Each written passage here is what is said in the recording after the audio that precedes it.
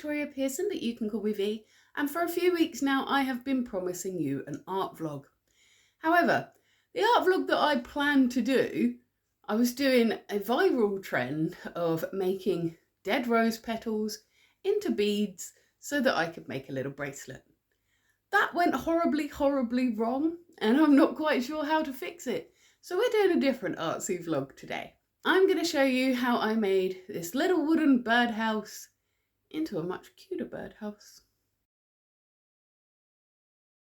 A few months ago, when my daughter came home from university, she was clearing out all of her old stuff so we could get rid of one of her wardrobes, and she found this that she had started to paint when she was about 7 and completely lost interest in it. And she was going to throw it away, and I said, no, let me make that into something good. Let me see if I can do that. And she said, sure. And so I decided to give it a little clay skin and make it into a clay house. I make a lot of clay sculptures, so I happen to have different types of clay in my house, including this terracotta clay that I've got quite a lot of and don't use as often as I thought I would.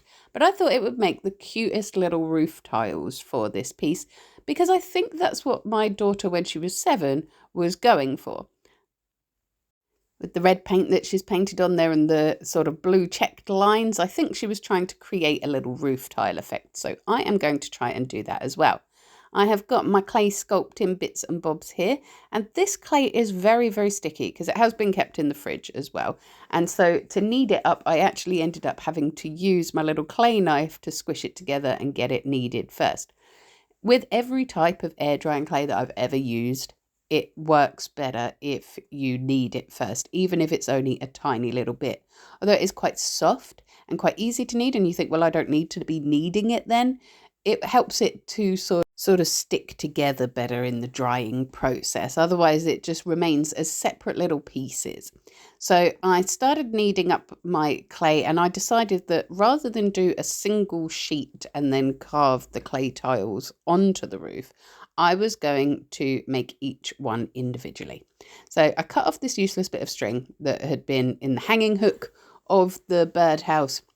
And then I started at the top and I made these little squares, squished the middles of them down so they were sort of tile shaped. And I'll be honest, with the first couple, I spent a lot longer on them than I did with all of the others. In fact, about halfway through, not even halfway through doing this roof, about halfway through the first half of doing the roof, I thought, why on earth have I done it this way? This is taking ages. It's really frustrating. What was I thinking? But actually, by the time the thing was finished, I was really glad that I had done it that way. It looked a lot more natural and a lot more real. It was difficult to do the very first layer because there wasn't really very much for it to stick to. And if I was doing it again, I might consider coating it with PVA glue before sticking my clay on, just to give it that extra bit of stickiness. But actually, now that I've finished, none of the tiles have come off yet. And I think that is in part because of the way that I stacked them, but also because as your clay dries, it will shrink slightly, so it will grip the form that you're using. And so in this case, it's the birdhouse, it gripped onto it, and because I had overlapped the tiles around the edges a little bit, it helped it to all stay together. And so I haven't had to put any glue in it whatsoever. I did my first sort of row of tiles and smished the tops of them into the wood as much as I could, but left the bottoms fairly loose so that when I did the next row of tiles, I would be able to lift them and slide the new tiles underneath, just like with a real roof. As I added each layer in, I was smushing the top layer above it down into it and then making sure that I lifted the bottoms of those tiles again so that I could fit the next layer underneath. They were not very uniform, but that works for me for the kind of style that I was doing. I was looking for a sort of fairy house style, a little bit higgledy-piggledy, a little bit wonky. If you wanted it to be very uniform, you might be better off rolling out a slab and then drawing or printing your tiles onto it, or making all of your tiles in advance. But if you do that, they may start to dry out a little bit before you've finished placing them all, and that will make it more difficult for them to stick.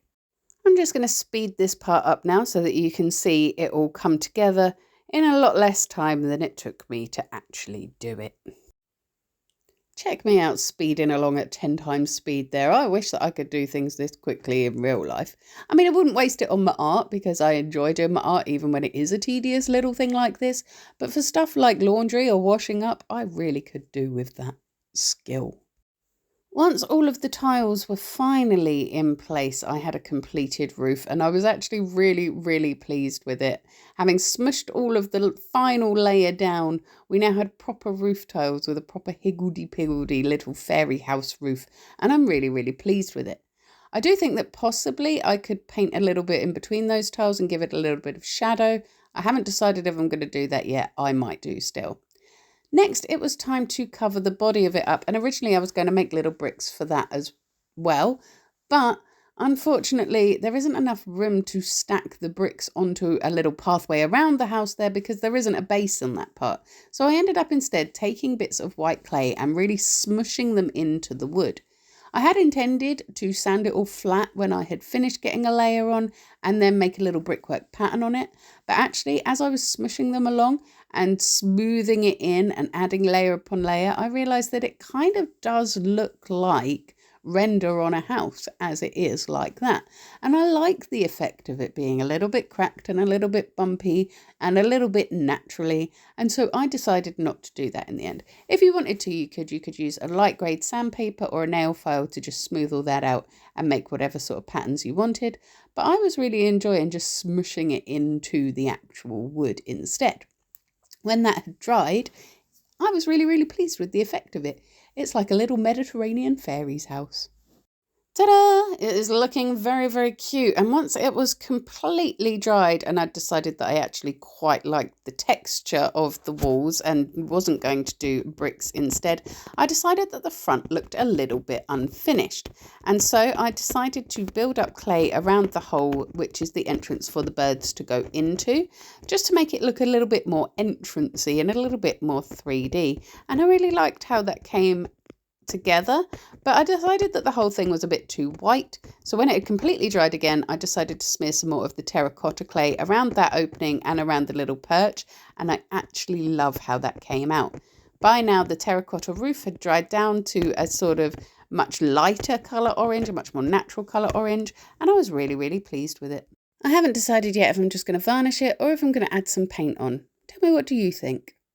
Well, I hope that you enjoyed making that little birdhouse with me. I think it definitely looks cuter than it did before. Although, having made it with air dry clay, I think even if I put a kind of glaze or varnish on it, it's not going to be weatherproof. Now, the plywood bird box itself wasn't weatherproof either. I think it would have rotted after a season or two because it was untreated wood. But yeah, I don't really want to put that much effort into something to just let it go all manky outside. So maybe I will keep it in my house. Maybe I'll make it into a little place where I can leave offerings for my house spirit. Speaking of, join me on Monday, 6 a.m. UK time for my next vlog, which will be a witchy one again. Finally, I know I have kept you waiting for that for a little while. I am going to be starting my preparations for Hamburg, and so I'm going to be making a discreet travel protection charm that is not going to get flagged by border control as being a bit weird. So join me on Monday for that. But if you can't wait until then to see me again, I will be here every single morning in your shorts, taking a great big deep breath, letting you know what I'm grateful for, and inviting you to tell me what made you grateful this day or this week or whenever you have seen it.